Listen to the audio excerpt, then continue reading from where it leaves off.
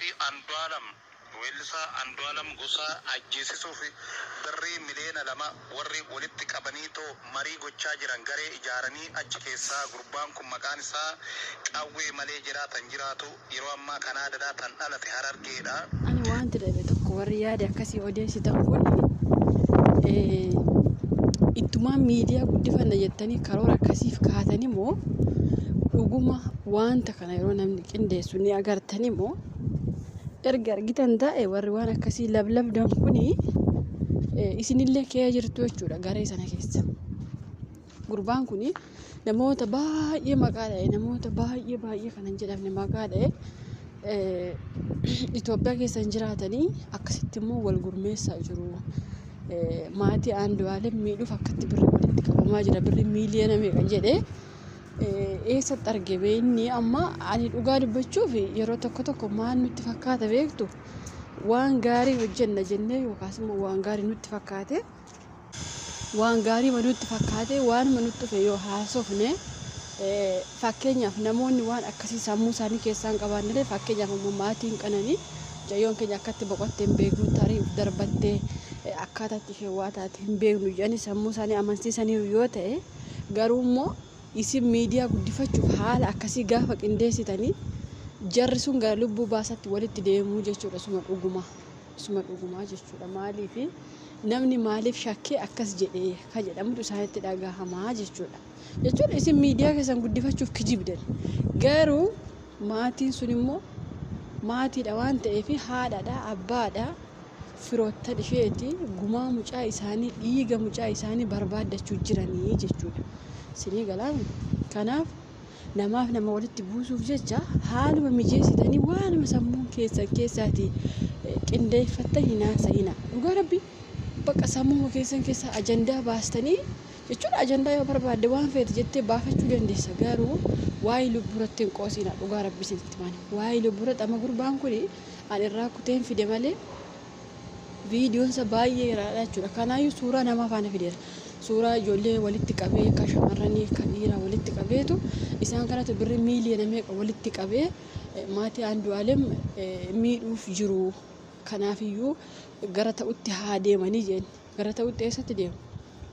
jechuun ilmi isaanii mana hidhaa jira waan ta'eef ilmi isaanii kabadii jedhamee shakkame to'annoo seeraa jala galee jira jechuudha. Kanaafiyyuu maatii akkana jechuun irratti isin viidiyoo hojjechuun hin barbaachisu dhugaa rabbi jechuudha. Amma maatiinsa hirrifatu viidiyoo kana yeroo argan dhugaa rabbi jechuun namaaf namallee walitti buusuu jirtanii maatiin immoo gaafa kana arganii hirrifatu jechuudha. Jireenya mana gahaa hin jiraatan maatiin Andu'aalam kunii jechuudha. Sababiinsaa yaada sammuu keessan keessaa isin haa ta'u iyyuu malee anama dubbii miidiyaa kana dhugaa dubbachuuf nama hunda hin amanu. Maaliif dur nan amana ture dhugaa rabbi isinitti madduudhaan yoo namni miidiyaa kanarraa waama takka dubbatu hin bo'u afaan dhugaa rabbi ani akka namni hundi bakka dhugaa mana haasaa natti fakkaata garuu amma arge gara miidiyaa kana dhufee hin bare namoota dhugaa rabbi ka dhugaa dubbatan nin beeka ka kijibanillee nin beeka jechuudha. Kanaaf akkanumaan lafumaa kaatanii isaan immoo hamma keenya hin beekani maatiin keenya jechuudha. Waan nuti amma aloonni ammaa kun sammuu keenya keessa fuunee albaanu kana maatiin keenya hin beekan waan akkasii haqqiuma guddatanii haqqiuma dhuguma walitti haasanii guddata waan ta'eef namni ammaa immoo miidiyaa fayyadama waan ta'eef jechoota isin amma fayyadamtan kana ni dhaggeeffatu jechuudha. Fakkeenyaaf maatiin isaa ni dhaggeeffatu. Amma lubbuun gaafa rabbiin jedhe guyyaan kee har'a yoo jedhe malee haala kallattii meeqa yoo qindeessitanis gurbaa kana waa gochuu hin dandeessani. An dhugaa rabbi isinitti hima. Yoommoo gurbaa kanarra harka qabdanii inni badii qabaatee olis jettan gadis jettanii guyyaan isaa gahee rabbii ati badii kana balleessite badii kana adabamte badii kana lubbuun kee baha yoo rabbiin jeera ta'e lubbuusaa osoo akka maal deeggartani osoo samii kana halkanii guyyaa walitti iyyisiistani sa'aatiin isaa gaheera tanaan yeroo sana sokkaa jechuudha inni. Dhugaa rabbi isinitti hima. Yoo guyyaan isaan geenye ta'e garuu miiliyoona walitti qabuu miti abbaa biiliyoona osoo walitti qabdee waa isa gochuu hin dandeessu jechuudha. An dura akkuma isinitti akkuma dura viidiyoon tala kana irratti hojjechuu jalqabee isheenis kiyya innis kiyya obboleessa kooti obboleettii kooti garuu nuti oromummaa walitti waan qabnuuf jechuudha. Isin garuu gandaan wal qooddanii viidiyoo akkatti viidiyoo kijibaa hojjettanii maatii joonjessuun nama joonjessuun viidiyoo kan yeroo sadii dhaggeeffadhe dhugaa rabbi. Inda'u namichi kun yuutuubii qaba. Yuutuubii isaa irratti nama 500 wayii ilaalamera namichi kun viidiyoo akkana hojjete jechuudha. Dhugaa rabbi isinitti koomentii immoo hidhatee jira. Okay, ergi uga haasaa ta'e maa koomentiin banati. Ergi namni akka walitti qindeessee yoo beeka nama birrii walitti qabee hin beeka ergi ta'e maaf koomentii banatee namni akka yaada isaa kennatu maan taasisiirre ergi uga haasaa ta'e. Dhugaa rabbi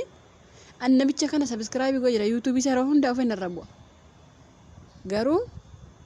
kijiba jedheetu jechuudha ilmi namaa kamuun kijibu sinin jechuu kiyyaa miti. Ani mataan kon kijibu sinin jechuu hamma kana miti ka. Kuni bari ma alba barin kijiba miti dhugaa rabbi itti of keessa alba inde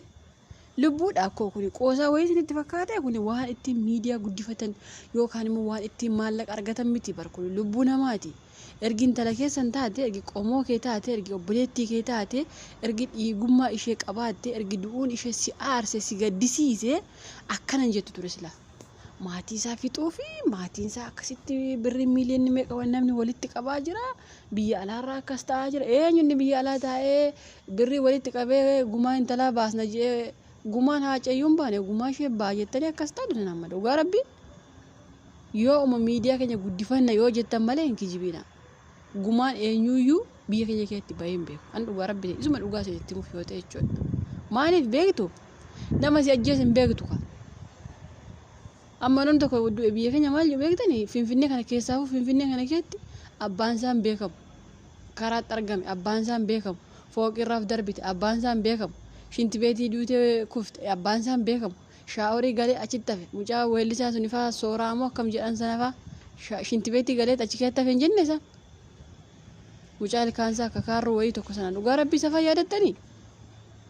kanaafuu maaf kijibdu reessin amma akkasa nama ergi quuqama ishee ergi qabaatte zim je'ituma kallattii dhugaa ishee eeggadhu guyyaa isaa inniyyuu seera akka googu gurbaawati harka seeraa jira kanaaf maatii doorsisuuf jetta waan kijibaan haasa'ina dhugaa rabbi waan kijiba isinirraan bareenni bakka hin albayina dhugaa rabbi anna yeroo tokko na aarsa hunde keessaafu maatiitti hin albayinaame maatiin maal beekume amma waan akkasii maatii gurbaa kana qabaa maatii gurbaaf birrii miiliyoonni walitti maatiin gurbaa maasii goone otuma ta'eeyyuu otuma dubbiin kun dhugaa ta'eeyyuu maaltu geesse maatii bira kunna gurbaan harka seeraa jira bakka ani kijibuma warra dhugaa rabbi warma akkasii kana argite ija ishee keessaa babbaafta ta'e dhugaa rabbi ani warra maatiitti dhaala tokko maaltu maatii si geesse gurbaan biyyaa ba'e waa baqate harka seeraa jiraame kuno kijibdoota akkarmaan daalam kana eessumaan ajjeefnattanii rakkattani lubbuu yoo rabbiin jee guyyaansaa gahe yoo jedhe malee hin baatu olis kijibde garis kijibde hin baatu lubbuu yoo guyyaan kee gahe baqa asirratti dhaabbata sa'aatiin kee ummati addunyaa kanarraa yoo rabbiin jedhe achumatti hafain kana achi kijibdanii waa mata waa isa gootan hin qabdan dhugaa rabbi an dhugaa mucaa haa ukatum dhugaa mucaa rabbiin haa baasu nuti dhugaa mucaaf kadhachuu jirra malee isin immoo kunneen ka miidiyaa guddifachuuf ka'e immoo lubbuu nama kabiraa baay'ee maasii beesirotti miidiyaa guddifattaa ta'u yoo namni du'e dhugaa rabbi warreen du'a nama hawaan kun warratti miidiyaa daldalatee guddifachuu bare an dhugaa rabbiin aarse miti gurbaan kun viidiyoo baay'ee hojjete ergi gaafa isheen duute viidiyoo mashee oofa bakka kana achi viidiyoo inni hojjetu viidiyoo sammuu nama dhodhaasu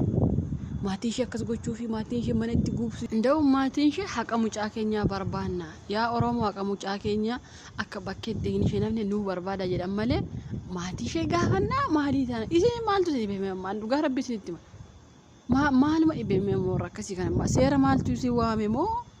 abbaa langeesse kam isin waammate moo firdi beete eessaatti waamta moo maa kijibdu ammoo waan masin hin gashine keessa dhugaa rabbi